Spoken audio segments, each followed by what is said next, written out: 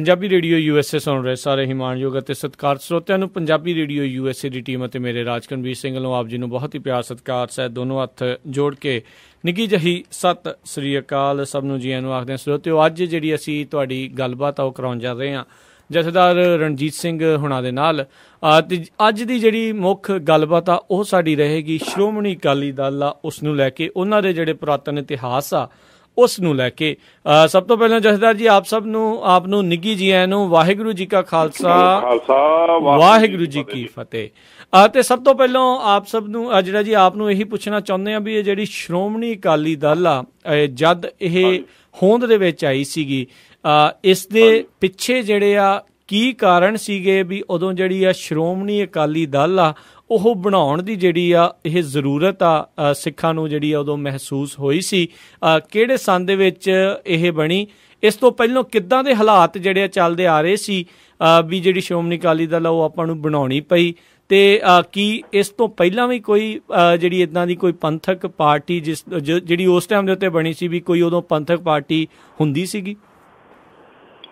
ਇਹ ਨਾ ਜੀ ਤਕਰੀਬਨ ਅਕਾਲੀ ਦਲ ਤੋਂ ਪਹਿਲਾਂ ਕਮੇਟੀ ਬਣੀ ਆ, ਤੇ ਕਮੇਟੀ ਤੋਂ ਪਹਿਲਾਂ ਜਿਹੜੇ ਮਸੰਦ ਪ੍ਰਥਾ ਸੀ, ਜਿਹੜੇ ਮਹੰਤਾਂ ਦੇ ਕੋਲ ਸੀਗੇ, ਗੁਰਦੁਆਰਾ ਸਾਹਿਬ ਦੇ ਪ੍ਰਬੰਧ ਸੀਗੇ, ਤੇ ਉਹਨਾਂ ਦੇ ਵਿੱਚ ਕੁਛ ਮਹੰਤਾਂ ਦੀਆਂ ਜਿਹੜੀਆਂ ਕਾਰਵਾਈਆਂ ਸੀਗੀਆਂ ਉਹ ਬੜੀਆਂ ਗੈਰ ਵਾਜਬ ਤੇ ਗੁਰਮਤ ਦੇ ਵਿਰੁੱਧ ਸੀਗੀਆਂ, ਜਿਹੜੀਆਂ ਬਦਮਾਸ਼ੀ ਟਾਈਪ ਉਹ ਆਪਣੇ ਕਾਰ ਵਿਹਾਰ ਤੇ ਉਤਰ ਆਏ ਜੀ। ਤੋ ਇੱਕ ਤਾਂ ਨਨਕਾਣਾ ਸਾਹਿਬ ਦਾ ਸਾਕਾ ਜਿਹੜਾ ਉਹ ਤੋਂ ਬੜਾ ਲੋਕਾਂ ਨੂੰ ਦਿਲ ਹਿੱਲਿਆ ਜਦੋਂ ਸਾਕਾ ਹੋਇਆ, ਤੇ ਉੱਥੇ ਜਿਹੜੇ ਕੁਕਰਮ ਹੁੰਦੇ ਸੀਗੇ, ਜਿਹੜੇ ਖਾਸ ਕਰਕੇ ਬੀਬੀਆਂ ਉੱਥੇ 14 ਦੀ ਰਾਤ ਨੂੰ ਗਈਆਂ ਇਸ਼ਨਾਨ ਕਰਨ, ਮੱਸਿਆ ਦੇਖਣ ਗਈਆਂ, ਜਾਂ ਉਹ ਗੁਰਦੁਆਰਾ ਸਾਹਿਬ ਗਈਆਂ, ਤੇ ਉਹਦੇ ਨਾਲ ਜੋ ਵੀ ਉਹਨਾਂ ਦੇ ਨਾਲ ਬੀਤਿਆ ਸਿੱਖਾਂ 'ਚ ਬੜਾ ਰੋਸ ਉਹਦੇ 'ਚ ਹੋਇਆ। ਉਹਦਾ ਵਿਰੋਧ ਜਿਹੜਾ ਹੋਇਆ, ਉਹ ਫਿਰ ਜਿਹੜਾ ਸਾਕਾ ਹੋਇਆ, ਲਛਮਣ ਸਿੰਘ ਜੀ ਜਿਉਂਦੇ ਸਾੜੇ ਗਏ, ਹੋਰ ਵੀ ਸਿੱਖਾਂ ਨੂੰ ਗੰਡਾਸਿਆਂ ਦੇ ਨਾਲ ਉਹਨਾਂ ਨੇ ਵੱਢਿਆ,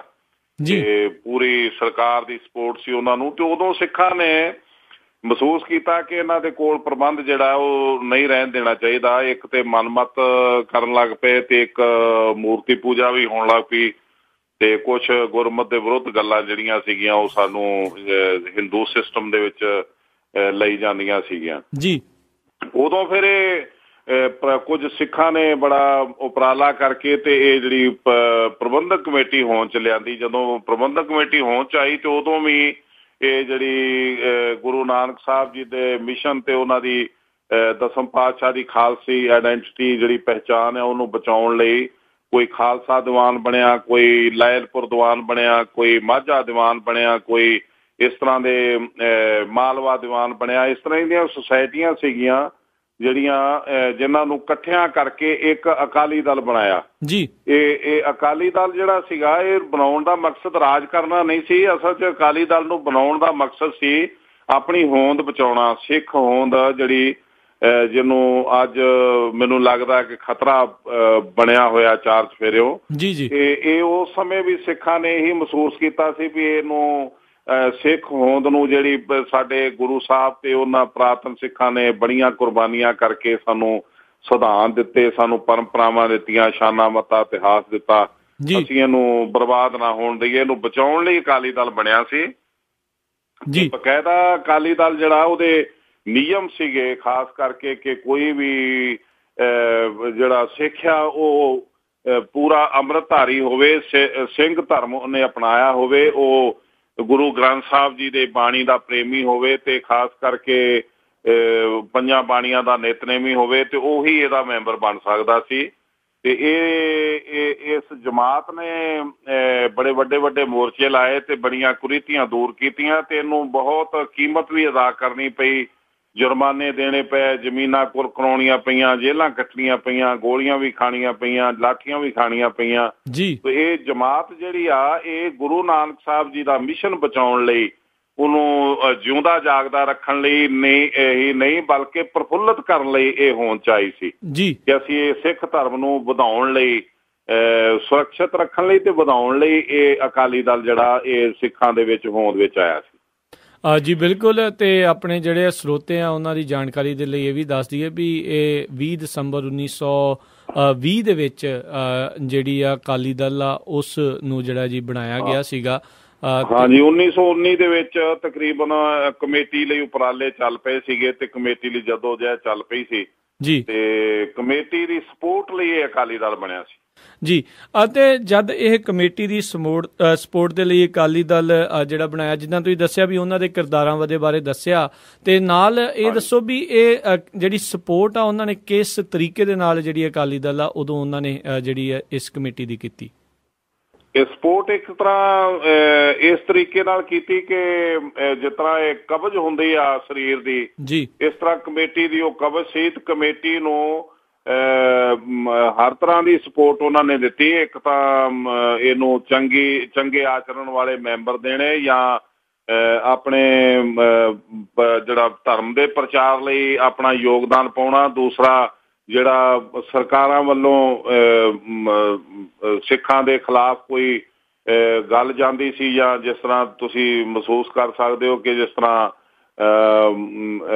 ਰਕਾਬਗੰਜ ਗੁਰਦੁਆਰਾ ਸਾਹਿਬ ਦੀ ਉਹਨਾਂ ਨੇ ਜਗ੍ਹਾ ਵੜ ਲਈ ਅੰਗਰੇਜ਼ਾਂ ਨੇ ਜਦੋਂ ਰਾਸ਼ਟਰਪਤੀ ਭਵਨ ਬਣਾਉਣਾ ਸੀ, ਉਦੋਂ ਇਹ ਸਾਰੇ ਸਿੱਖ ਜਿਹੜੇ ਸੀ ਉਦੋਂ ਇਕਮੁੱਠ ਹੋ ਕੇ ਆਪਣੀ ਪਾਰਟੀ ਦੀ ਰਾਹੀਂ ਆਪਣੇ ਸਿੱਖ ਮਸਲੇ ਹੱਲ ਕਰਨ ਲਈ ਇਹ ਅੱਗੇ ਵੱਧ ਕੇ ਤੇ ਇੱਕ ਹਰਿਆਵਲ ਦਸਤਾ ਸੀਗਾ ਪ੍ਰਬੰਧਕ ਕਮੇਟੀ ਦਾ ਜਿਹੜਾ ਅੱਗੇ ਵੱਧ ਕੇ ਤੇ ਅੰਦੋਲਨ ਕਰਦਾ ਸੀ ਜੀ। ਤੇ ਬਿਲਕੁਲ, ਤੇ ਇਹ ਉਸ ਟਾਈਮ ਦੇ ਉੱਤੇ ਸੀਗੇ। ਆਪਾਂ ਜਦੋਂ ਕਰ ਰਹੇ ਹਾਂ ਵੀ 1900 ਦੇ ਜਿਹੜੇ ਸ਼ੁਰੂਆਤੀ ਦਹਾਕੇ ਦੀਆਂ ਜਿਹੜੀਆਂ ਆਪਾਂ ਗੱਲਾਂ ਕਰ ਰਹੇ ਹਾਂ, ਤੇ ਅਕਾਲੀ ਦਲ ਨੇ ਜਿਹੜਾ ਸਿਆਸੀ ਰੂਪ ਆ ਉਹ ਕਦੋਂ ਅਖਤਿਆਰ ਕੀਤਾ? ਅਸਲ ਵਿੱਚ ਸਿਆਸੀ ਰੂਪ ਜ਼ਿਆਦਾਤਰ ਆਪਣਾ ਥੋੜਾ ਸਮਾਂ ਪਹਿਲਾਂ ਹੋਇਆ, ਜਦੋਂ ਪੰਜਾਬੀ ਸੂਬਾ ਬਣਾਉਣ ਦੀਆਂ ਗੱਲਾਂ ਹੋਈਆਂ ਤੇ ਇਹ ਸੱਤਾ ਦਾ ਲਾਲਚ ਪੈ ਗਿਆ ਤੇ ਉਦੋਂ ਇਹ ਸੱਤਾ ਦੇ ਸੁੱਖ ਲਈ ਇਹ ਜਿਸ ਤਰ੍ਹਾਂ ਪੰਜਾਬੀ ਸੂਬਾ ਬਣਾਉਣ ਦੇ ਨਾਲ ਇਹ ਵਿਚਾਰਧਾਰਾ ਚੱਲੀ ਕਿ ਜਿੰਨੇ ਸਿੱਖ ਜਿਹੜੇ ਸਟੇਟ ਦੇ ਵਿੱਚ ਜਿੰਨੇ ਜ਼ਿਆਦਾ ਸਿੱਖ ਹੋਣਗੇ ਸਾਡਾ ਰਾਜ ਰਹੂਗਾ ਤੇ ਅਸੀਂ ਉਹਦੇ ਵਿੱਚ ਬਿਨਾਂ ਲੜਿਆਂ ਤੋਂ ਰਾਜ ਕਰਾਂਗੇ। ਤੇ ਕਿਉਂਕਿ ਸਾਡੇ ਕੋਲ ਪ੍ਰਬੰਧਕ ਕਮੇਟੀ ਆ, ਸਾਡੇ ਕੋਲ ਅਕਾਲ ਤਖ਼ਤ ਆ, ਸਾਰਾ ਸਿੱਖਇਜ਼ਮ ਜਿਹੜਾ ਇਹਦੇ ਨਾਲ ਜੁੜਿਆ ਹੋਇਆ ਤੇ ਸਾਨੂੰ ਰਾਜ ਮਿਲੂਗਾ। ਤੇ ਉਸ ਕਰਕੇ ਇੱਕ ਤਾਂ ਮੋਰਚਾ ਲਾਇਆ, ਪੰਜਾਬੀ ਸੂਬਾ ਮੋਰਚਾ ਬਣਾਉਣ ਲਈ ਇਹ ਜਿਹੜੀ ਜਦੋਜਹਿਦ ਹੋਈ ਉਹਦੇ ਵਿੱਚ ਵੀ ਇਹ ਉਦੋਂ ਇਹ ਨਹੀਂ ਸੀ ਇਹ ਪਤਾ ਸਿੱਖਾਂ ਨੂੰ ਵੀ ਇਹ ਜਿਹੜਾ ਰਾਜ ਅੱਜ ਇਹ ਲੈ ਦੇ ਕੇ ਉਹੀ ਹੀ ਬਣ ਜਾਣਾ ਜਿਹੜੇ ਵਿੱਚੋਂ ਅਸੀਂ ਪੰਜਾਬੀ ਸੂਬਾ ਬਣਾਇਆ, ਬਲਕਿ ਆਪਣੇ ਭਰਾਵਾਂ ਨੂੰ ਗਵਾ ਲੈਣਾ। ਜਿਸ ਤਰ੍ਹਾਂ ਅੱਜ ਹਰਿਆਣਾ ਦੇ ਵਿੱਚ ਬੜੀ ਵੱਡੀ ਗਿਣਤੀ ਸਿੱਖਾਂ ਦੀ ਚਲੀ ਗਈ, ਸਾਡੇ ਨਾਲੋਂ ਕੱਟ ਕੇ ਹਰਿਆਣਾ ਸਟੇਟ ਚਲੇ ਗਏ, ਗੰਗਾ ਨਗਰ ਚੋਂ ਰਾਜਸਥਾਨ ਵੱਲ ਚਲੇ ਗਏ, ਇੱਧਰੋਂ ਜੰਮੂ ਕਸ਼ਮੀਰ ਚਲੇ ਗਏ, ਉੱਧਰੋਂ ਹਿਮਾਚਲ ਦੇ ਵਿੱਚ ਚਲੇ ਗਏ। ਇਲਾਕੇ ਵੀ ਪੰਜਾਬੀ ਬੋਲਦੇ ਅਸੀਂ ਦੇ ਬੈਠੇ ਤੇ ਸਿੱਖ ਵੀ ਉਸੋਂ ਵੀ ਦੇ ਬੈਠੇ। ਪਰ ਅੱਜ ਰਾਜ ਲੈ ਦੇ ਕੇ ਫਿਰ ਜਿਹੜਾ ਅੱਜ ਦੀ ਪੋਜੀਸ਼ਨ ਜਿਹੜੀ ਅਸੀਂ ਨਿਰਾਸ਼ਾਜਨਕ ਦੇਖ ਰਹੇ ਹਾਂ ਕਿ ਪੰਜਾਬੀ ਸੂਬਾ ਜਿਹੜੀ ਬਣਾਉਣ ਦੀ ਇੱਛਾ ਸੀ ਇਹਨਾਂ ਅਕਾਲੀਆਂ ਦੀ, ਉਹ ਤਾਂ ਸੀਗੀ ਰਾਜ ਕਰਨਾ। ਲੇਕਿਨ ਅੱਜ ਰਾਜ ਕਰਨ ਲਈ ਹੀ ਆਪਣੇ ਭਰਾ ਵੀ ਗਵਾ ਬੈਠੇ, ਪੰਜਾਬੀ ਇਲਾਕੇ ਵੀ ਗਵਾ ਬੈਠੇ ਤੇ ਰਾਜ ਫਿਰ ਅੱਧੇ ਤੋਂ ਵੱਧ ਹਿੰਦੂਆਂ ਨੂੰ ਦੇ ਬੈਠੇ। ਜੀ ਜੀ ਬਿਲਕੁਲ ਜੀ, ਇਹ ਗੱਲ ਜਿਹੜੀ ਆ ਤੁਸੀਂ ਬਿਲਕੁਲ ਸਹੀ ਆਖੀ ਆ। ਤੇ ਕੀ ਮੈਂ ਜਥੇਦਾਰ ਜੀ ਇਹ ਪੁੱਛਣਾ ਚਾਹੁੰਦਾ ਵੀ ਜਦੋਂ ਇਸ ਪਾਰਟੀ ਨੇ ਸਿਆਸੀ ਰੂਪ ਅਖਤਿਆਰ ਕਰ ਵੀ ਲਿਆ ਸੀਗਾ ਤੇ ਕੀ ਇਹ ਉਦੋਂ ਵੀ ਇੱਕ ਪੰਥਕ ਪਾਰਟੀ ਸੀਗੀ ਜਾਂ ਉਦੋਂ ਹੀ ਇਸ ਨੇ ਆਪਣੀ ਇੱਕ ਪੰਥਕ ਪਾਰਟੀ ਹੋਣ ਦੀ ਹੋਂਦ ਮਿਟਾ ਦਿੱਤੀ ਸੀ? ਅਸਲ ਵਿੱਚ ਤੁਸੀਂ ਜਦੋਂ ਇਤਿਹਾਸ ਪੜ੍ਹੀਏ ਤੇ ਪਤਾ ਲੱਗਦਾ ਕਿ ਜਦੋਂ ਅੰਗਰੇਜ਼ਾਂ ਦਾ ਰਾਜ ਸੀ ਉਦੋਂ ਵੀ ਇਹਦੇ ਵਿੱਚ ਕਮੀਆਂ ਆਉਣੀਆਂ ਸ਼ੁਰੂ ਹੋ ਗਈਆਂ। ਜਿਸ ਤਰ੍ਹਾਂ ਰਾਜ ਕਰਨ ਦੀ ਲਾਲਸਾ, ਕਮੇਟੀ ਦੇ ਵਿੱਚ ਰਹਿਣ ਦੀ ਲਾਲਸਾ, ਪ੍ਰਬੰਧਕ ਕਮੇਟੀ ਦੇ ਰਾਜ ਕਰਨ ਦੀ ਲਾਲਸਾ। ਜੇ ਦੋ ਧੜੇ ਹੋ ਗਏ ਤੇ ਦੋਵਾਂ ਧੜਿਆਂ ਦੇ ਵਿੱਚ ਇਹ ਇੱਕ ਲਾਲਸਾ ਕਿ ਸਾਨੂੰ ਪ੍ਰਧਾਨਗੀ ਮਿਲੇ, ਪੈਸਾ ਅਸੀਂ ਇਸਤੇਮਾਲ ਕਰੀਏ, ਉਹਦੇ ਵਿੱਚ ਵੀ ਸਰਕਾਰ ਦੇ ਨਾਲ ਰਹਿਣ ਦੀ ਇੱਛਾ ਤੇ ਉਹ ਲਾਲਸਾ ਜਿਹੜੀ ਸੀ ਉਹ ਕਿਤੇ ਨਾ ਕਿਤੇ ਇਹਨਾਂ ਨੂੰ ਗਰਦਾਰੀਆਂ ਕਰਨ ਲਈ ਮਜਬੂਰ ਕਰਦੀ ਰਹੀ। ਮੈਂ ਮਿਸਾਲ ਦੇ ਤੌਰ ਤੇ ਤੁਹਾਨੂੰ ਦੱਸਦਾ ਕਿ ਤੁਸੀਂ ਪ੍ਰਬੰਧਕ ਕਮੇਟੀ ਦਾ ਇਤਿਹਾਸ ਪੜ੍ਹੋ। ਜਦੋਂ ਬੱਬਰ ਅਕਾਲੀ ਲਹਿਰ ਚੱਲੀ ਆ ਤੇ ਉਦੋਂ ਬੱਬਰ ਅਕਾਲੀਆਂ ਦਾ ਵਿਰੋਧ ਪ੍ਰਬੰਧਕ ਕਮੇਟੀ ਨੇ ਕੀਤਾ। ਪ੍ਰਬੰਧਕ ਕਮੇਟੀ ਦੇ ਮੈਂਬਰਾਂ ਨੇ ਮਤੇ ਪਾਸ ਕੀਤੇ ਕਿ ਇਹਨਾਂ ਦਾ ਬਾਈਕਾਟ ਕੀਤਾ ਜਾਵੇ, ਇਹਨਾਂ ਨੂੰ ਕੋਈ ਸਿੱਖ ਮੂੰਹ ਨਾ ਲਾਵੇ, ਇਹਨਾਂ ਨੂੰ ਪੰਚੋ ਛੇਕ ਦਿੱਤਾ ਜਾਵੇ। ਤੇ ਸਾਰਾ ਕੁਛ ਹੋਇਆ। ਉਹਦੇ ਬਾਵਜੂਦ ਅੱਜ ਉਸੇ ਅਜਾਇਬ ਘਰ 'ਚ ਉਹੀ ਪ੍ਰਬੰਧਕ ਕਮੇਟੀ ਉਹਨਾਂ ਦੀਆਂ ਤਸਵੀਰਾਂ ਟੰਗ ਰਹੀ ਆ, ਉਹਨਾਂ ਨੂੰ ਆਪਣਾ ਮਾਣ ਮੱਤਾ ਇਤਿਹਾਸ ਦੱਸ ਰਹੀ ਆ।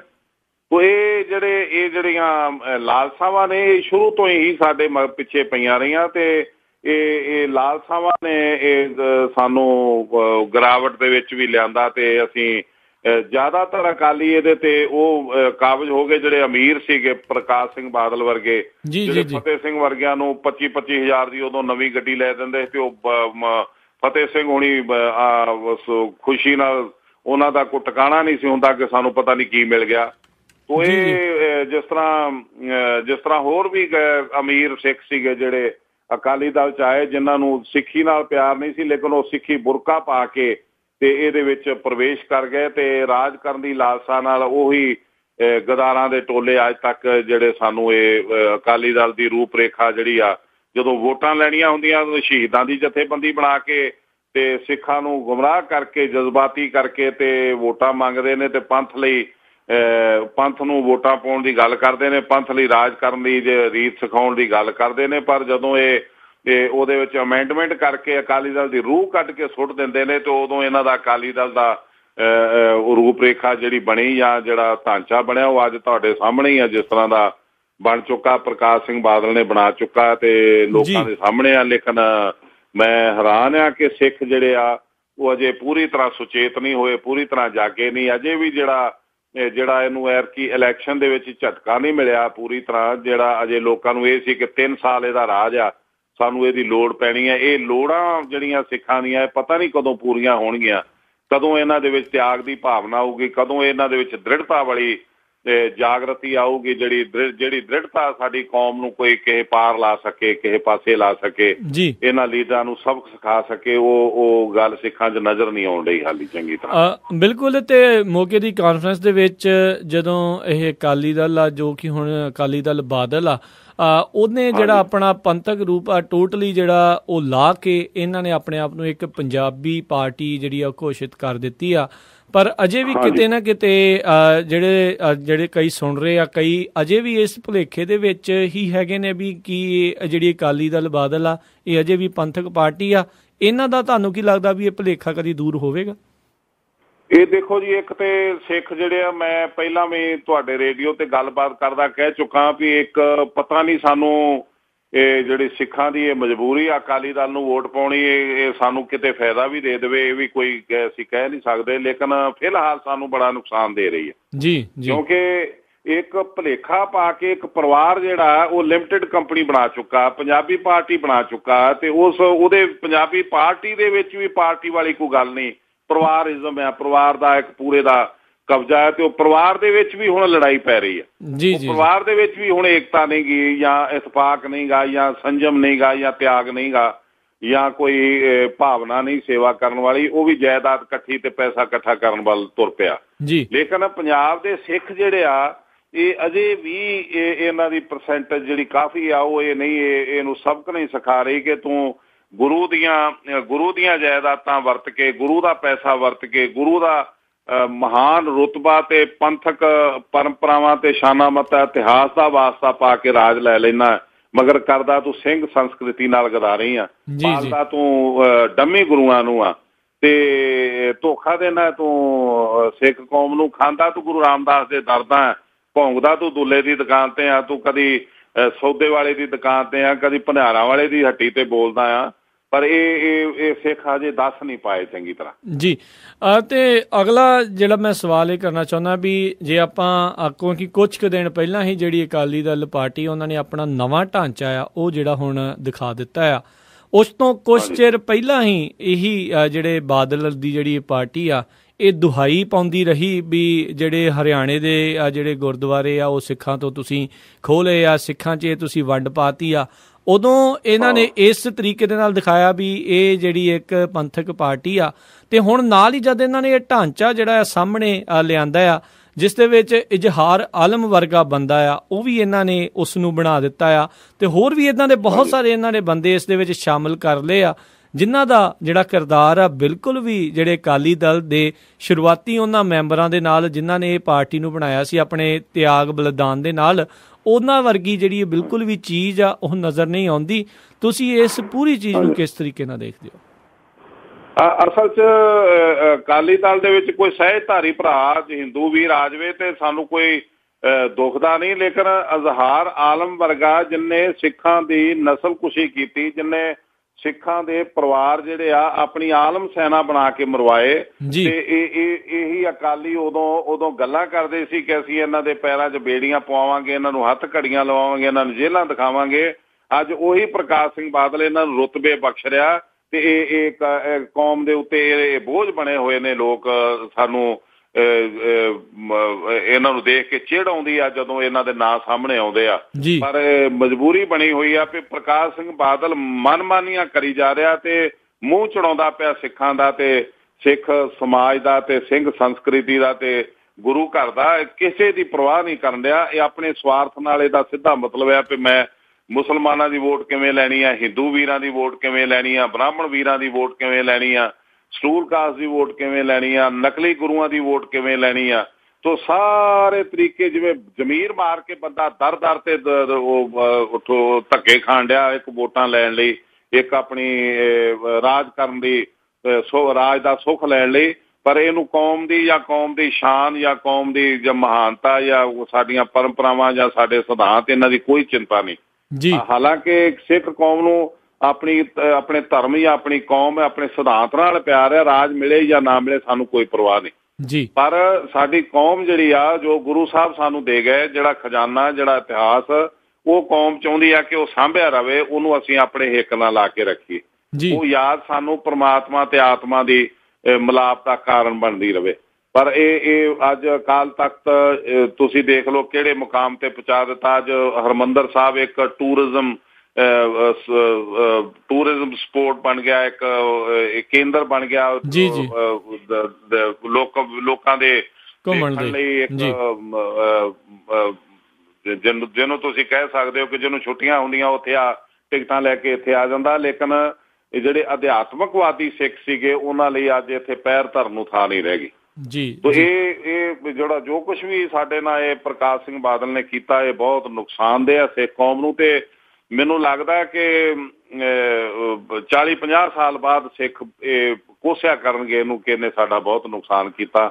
ਅੱਜ ਭਾਵੇਂ ਉੱਠਣ ਜਾਂ ਨਾ ਉੱਠਣ, ਲੇਕਿਨ ਜਿਹੜਾ ਨੁਕਸਾਨ ਅੱਜ ਸਾਡਾ ਪ੍ਰਕਾਸ਼ ਸਿੰਘ ਬਾਦਲ ਨੇ ਕਰਤਾ, ਇਹ ਫੌਰਨ ਬਾਅਦ ਇਸ ਸਰਕਾਰ ਦੇ ਬਾਅਦ ਮੈਂ ਅਰਦਾਸ ਕਰਦਾ ਪ੍ਰਮਾਤਮਾ ਦੇ ਚਰਨਾਂ 'ਚ ਇਹਨੂੰ ਹੋਰ 20-30 ਸਾਲ ਲੰਬੀ ਉਮਰ ਦੇਵੇ। ਇਹ ਜਿਉਂਦਾ ਜਾਗਦਾ ਭਾਵੇਂ ਮੰਜੇ ਤੇ ਪਿਆ ਦੇਖੇ, ਇਹ ਆਪਣੀਆਂ ਗਲਤੀਆਂ ਜਿਹੜੀਆਂ ਵੀ ਇਹਨੇ ਕੀਤੀਆਂ, ਜਿਹੜੇ ਗੁਨਾਹ ਕੀਤੇ ਨੇ, ਉਹਨਾਂ ਦਾ ਫਲ ਲੈ ਕੇ ਜਾਵੇ ਇਸ ਦੁਨੀਆ ਤੋਂ। ਤੇ ਮੈਂ ਤੁਹਾਨੂੰ ਅਗਲਾ ਸਵਾਲ ਪੁੱਛਦਾ ਹਾਂ ਵੀ ਜਸਦਾਰ ਜੀ, ਵੀ ਜਿਹੜੇ ਆਮ ਲੋਕਾਂ ਦੇ ਕੋਲ ਕੀ ਜਿਹੜਾ ਵਿਕਲਪ ਜਿਹੜਾ ਉਹ ਬਚਦਾ ਆ।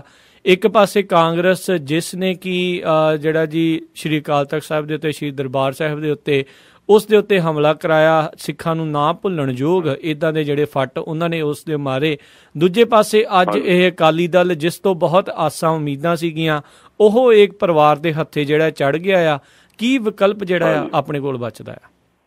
ਵਿਕਲਪ ਅਸਲ 'ਚ ਭਾਈ ਸਾਹਿਬ ਮੈਂ ਬੜੀ ਵਾਰੀ ਆਪਣੀ ਜ਼ੁਬਾਨ 'ਚੋਂ ਗੱਲ ਕਰ ਚੁੱਕਾ ਕਿ ਸਿੱਖਾਂ ਦੇ ਕੋਲ ਗੁਰੂ ਨਾਲ ਕਮਿਟਮੈਂਟ ਰੱਖਣ ਵਾਲੀ ਲੀਡਰਸ਼ਿਪ ਹੈ ਨਹੀਂ। ਲੀਡਰਸ਼ਿਪ ਜਿਹੜੀ ਆਉਂਦੀ ਆ ਉਹ ਸਿਰਫ ਇੱਕ ਪੇਸ਼ੇ ਵਜੋਂ ਪੈਸਾ ਕਮਾਉਣ ਲਈ ਜਾਂ ਨਾਮ ਕਮਾਉਣ ਲਈ ਜਾਂ ਸਰਦਾਰੀਆਂ ਭੋਗਣ ਲਈ ਆਉਂਦੀ ਆ, ਗੁਰੂ ਘਰ ਦੀ ਸੇਵਾ ਕਰਨ ਲਈ ਨਹੀਂ ਆਉਂਦੀ। ਜਿੰਨੀ ਵੀ ਸਿੱਖ ਲੀਡਰਸ਼ਿਪ ਮੈਂ ਅੱਜ ਤੱਕ ਮੇਰੀਆਂ ਨਜ਼ਰਾਂ 'ਚੋਂ ਨਿਕਲੀ ਆ, ਮੈਨੂੰ ਲੱਗਦਾ ਨਹੀਂ ਕਿਤੇ ਵੀ ਕਿਸੇ ਕੋਲ ਕੋਈ ਤਿਆਗ ਦੀ ਭਾਵਨਾ ਹੋਵੇ, ਕਿਤੇ ਕੋਈ ਜਜ਼ਬਾ ਹੋਵੇ, ਕਿਤੇ ਆਪਣੀ ਸ਼ਕਤੀ, ਆਪਣੀ ਤਾਕਤ ਨੂੰ ਗੁਰੂ ਵਾਸਤੇ ਜਾਂ ਗੁਰੂ ਦੀ ਪਰੰਪਰਾ ਨੂੰ ਬਚਾਉਣ ਲਈ ਇਸਤੇਮਾਲ ਕੀਤਾ ਹੋਵੇ ਜਾਂ ਕਰਨ ਦੀ ਇੱਛਾ ਰੱਖਦੇ ਹੋਣ। ਵਰਨਾ ਇਹ ਪ੍ਰਕਾਸ਼ ਸਿੰਘ ਬਾਦਲ ਬਹੁਤ ਵੱਡਾ ਭਲਵਾਨ ਨਹੀਂ ਸੀ, ਇਹ ਢਾਇਆ ਜਾ ਸਕਦਾ ਸੀ, ਅੱਜ ਵੀ ਢਾਇਆ ਜਾ ਸਕਦਾ। ਲੇਕਿਨ ਜਿਹੜੀ ਹੰਨੇ ਮੀਰੀ ਆ, 45 ਸਿੱਖ ਹੁੰਦੇ ਨੇ ਤੇ 46 ਉਹਨਾਂ ਦੀਆਂ ਜਥੇਬੰਦੀਆਂ ਬਣੀਆਂ ਨੇ। ਇਹ ਸਾਨੂੰ ਇਹਨਾਂ ਨੇ ਖੁਆਰ ਕੀਤਾ। ਸਾਡਾ ਸਿੱਖ ਯਕੀਨ ਨਹੀਂ ਕਰ ਰਿਹਾ। ਜਿੰਨੀਆਂ ਜਥੇਬੰਦੀਆਂ ਬਣੀਆਂ, ਜਿੰਨੇ ਅਕਾਲੀ ਦਲ ਬਣੇ, ਉਹਨਾਂ ਦਾ ਯਕੀਨ ਨਹੀਂ ਸਿੱਖ ਕਰ ਰਿਹਾ, ਕਿਉਂਕਿ ਇਹਨਾਂ ਦੇ ਵਿੱਚ ਏਕਤਾ ਦੀ ਬਰਕਤ ਹੈ ਨਹੀਂ।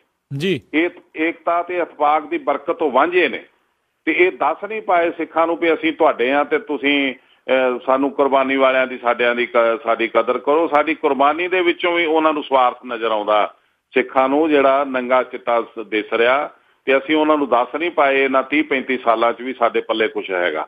ਇਹ ਵਜ੍ਹਾ ਆ ਜਿਹੜੀ ਪ੍ਰਕਾਸ਼ ਸਿੰਘ ਬਾਦਲ ਨੂੰ ਤਾਕਤ ਦੇ ਗਈ। ਤੋ ਖਾਸ ਕਰਕੇ ਉਹਦੇ ਸਮਕਾਲੀ ਜਿਹੜੇ ਸੀ ਉਹ ਲੰਮੇ ਪੈ ਗਏ ਮੰਜਿਆਂ ਤੇ।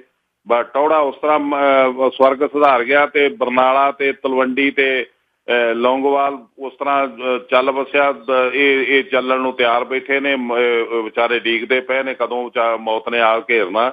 ਤੋ ਇਹਦਾ ਸਮਕਾਲੀ ਨਾ ਹੋਣ ਕਰਕੇ ਉਹਦੇ ਬਰਾਬਰ ਤੇ ਜਿਹੜੇ ਕੁਛ ਹੈਗੇ ਸੀ ਲੋਕ, ਉਹਨਾਂ ਨੂੰ ਇਹਨੇ ਨੇਸ ਤੋਂ ਨਬੂਦ ਕਰਤਾ, ਪਾਸੇ ਕਰਤਾ, ਰਾਜਨੀਤੀ ਤੋਂ ਪੈਸਾ ਸਾਰਾ ਆਪਣੇ ਕਬਜ਼ੇ 'ਚ ਲੈ ਲਿਆ। ਗੁਰਦੁਆਰਿਆਂ ਦਾ ਅੱਜ ਦਿੱਲੀ ਕਮੇਟੀ ਦਾ ਤੇ ਪ੍ਰਬੰਧਕ ਕਮੇਟੀ ਅੰਮ੍ਰਿਤਸਰ ਦਾ ਇਹ ਹਾਲ ਹੈ ਕਿ ਇਹਨਾਂ ਦੇ 5-5 ਹਜ਼ਾਰ ਦੇ ਚੈੱਕ ਜਿਹੜੇ ਫੇਲ ਹੋ ਰਹੇ ਨੇ ਬੈਂਕਾਂ 'ਚ। ਜੀ। ਇੰਨੀ ਹਾਲਤ ਮਾੜੀ ਆ। ਇਹਨੇ ਇਲੈਕਸ਼ਨਾਂ ਤੇ ਇੰਨਾ ਪੈਸਾ ਖਿੱਚਿਆ ਇਹਨਾਂ ਕਮੇਟੀਆਂ ਕੋਲੋਂ ਕਿ ਮੈਂ ਹੈਰਾਨ ਹੈ ਕਿ ਪ੍ਰਬੰਧਕ ਕਮੇਟੀਆਂ ਜਿਹੜੀਆਂ ਅਰਬਾਂ ਰੁਪਈਆਂ ਦੀਆਂ ਮਾਲਕ ਹੁੰਦੀਆਂ ਸੀ, ਜਿਨ੍ਹਾਂ ਦੇ ਕੋਲ ਅਰਬਾਂ ਰੁਪਈਆਂ ਦੀਆਂ ਐਫਡੀਆਂ ਹੁੰਦੀਆਂ ਸੀ, ਅੱਜ ਕੰਗਾਲ ਹੋਈਆਂ ਪਈਆਂ ਨੇ ਤੇ ਬੈਂਕਾਂ ਦੇ ਸਿਰ ਤੇ ਜਿਉਂਦੀਆਂ ਪਈਆਂ ਨੇ। ਓਵਰਡਰਾਫਟ ਰਾਹੀਂ ਇਹਨਾਂ ਦੀ ਸੈਲਰੀ ਜਾਂਦੀ ਆ, ਤਨਖਾਹਾਂ ਦਿੱਤੀਆਂ ਜਾਂਦੀਆਂ ਨੇ ਤੇ ਇੰਨੀ ਹਾਲਤ ਮਾੜੀ ਆ।